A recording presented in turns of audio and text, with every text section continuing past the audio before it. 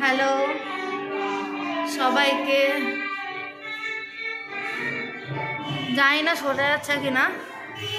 আমি এখন রেডি হয়ে গেছি, এরকম হচ্ছে লুকটা। পুরোটা দেখাচ্ছি, তোমাদের সাথে শেয়ার করছি পুরোটা। এখন ওপরে চলো গিয়ে দেখি যে কতদূর কি হয়েছে। আমি দিদিকেও রেডি করে দিয়েছি, সবাইকে রেডি হয়ে করে দিয়েছি। তো ওপরে গিয়ে চলো দেখা হচ্ছে।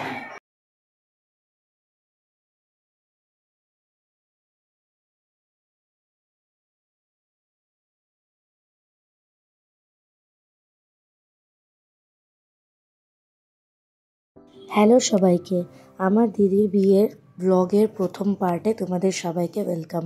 তো দেখো, আজকে ছিল 23 তারিখ, আর সকালবেলা থেকেই তোমরা দেখলে যে আমরা রেডি হয়ে সবাই মিলে বসে আছি, কারণ আজকে দিদিভাইয়ের আশীর্বাদ ছিল, আর তার সাথে সাথে দিদিভাইয়ের আমাদের বাড়িতে শেষ আইবুড়ো ভাত ছিল।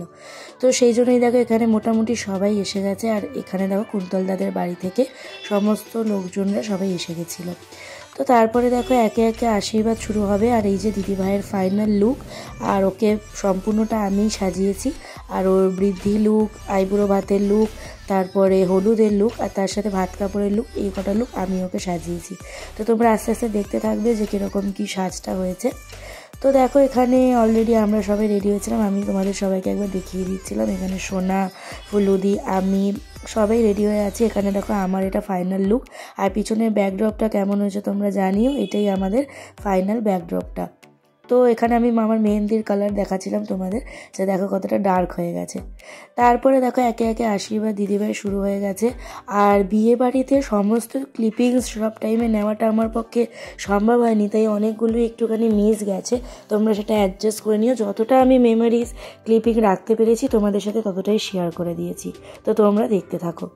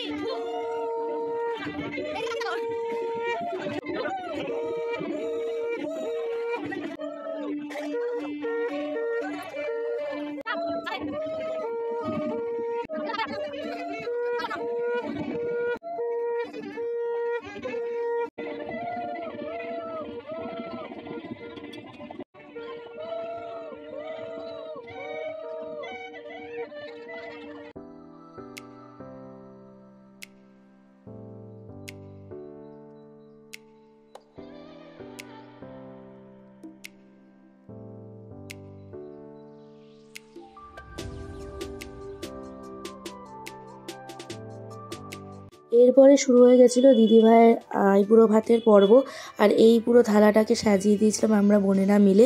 তো কেমন হয়েছে জানিও। আমি থালারও একটা ভিডিও করেছিলাম, কিন্তু সেটা আমি আনফর্চুনেটলি খুঁজে পাচ্ছি না। তো এখানে মা খাইয়ে দিল, বাবা খাইয়ে দিল, তারপরে আমি খাইয়ে দিয়েছি। আর এখানে আমাদের অনেক ইমোশনাল সেগমেন্ট চলেছে, যেটা তোমাদের সাথে আমি আর ভিডিও ক্লিপিংয়ে শেয়ার করতে পারিনি। কারণ দেখো, একটা মেয়ের বাড়িতে বিয়ে হয়ে যাওয়া মানে অনেক ইমোশন কাজ করে এখানে। তাও আমরা কাজে মেতেছিলাম বলে অতটা আমার খেয়াল ছিল না। আর এখানে দেখো আমি দিদিভাইকে খাইয়ে দিচ্ছিলাম, কারণ আইবুড়ো ভাতটা আমার ইচ্ছা ছিল আমি দিদিভাইকে খাইয়ে দেবো। আইবুড়ো ভাতের আইটেমের সব রান্না আমাদের ক্যাটারার দাদাই করে দিয়েছিল, শুধু মাছ আর কাস্টার্ডটা মা করেছিল। যেহেতু দিদিভাই পায়েস খায় না, তাই কাস্টার্ডটা মা করে দিয়েছিল।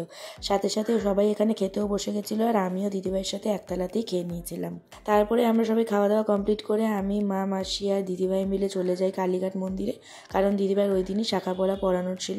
তো তারপরে দেখো আমরা এখানে, বাবা অলরেডি আগে থেকেই কাকুটাকে বলেই দিয়েছিল যে আমরা আসবো শাখাপলা পড়াতে, কারণ বাবার চেনা জানা দোকানই ছিল এটা। তারপরে ওখান থেকে দেখো দিদিভাইয়ের বাঁধানোর শাখাপলা আর যে কালীঘাট মন্দিরের শাখাপলা দুটোই এখানে কাকু পরিয়ে দিল দিদিভাইকে। আর কাকু এখানে নমস্কার নেবে না, তাও দিদিভাই নমস্কার করছে জোর করেই। তারপরে এখানে দেখো হাতটা দিদিভাইয়ের কতটা সুন্দর লাগছে। আর এরপরেই আমরা পুজো দিয়ে বাড়ি চলে এসেছিলাম। আর বিকেলের ব্লগগুলো তাড়াতাড়ি আসছে, তোমরা সবাই ওয়েট করো। ভালো লাগলে লাইক, শেয়ার, সাবস্ক্রাইব করে দিও। দেখা হচ্ছে নেক্সট ব্লগে। টাটা।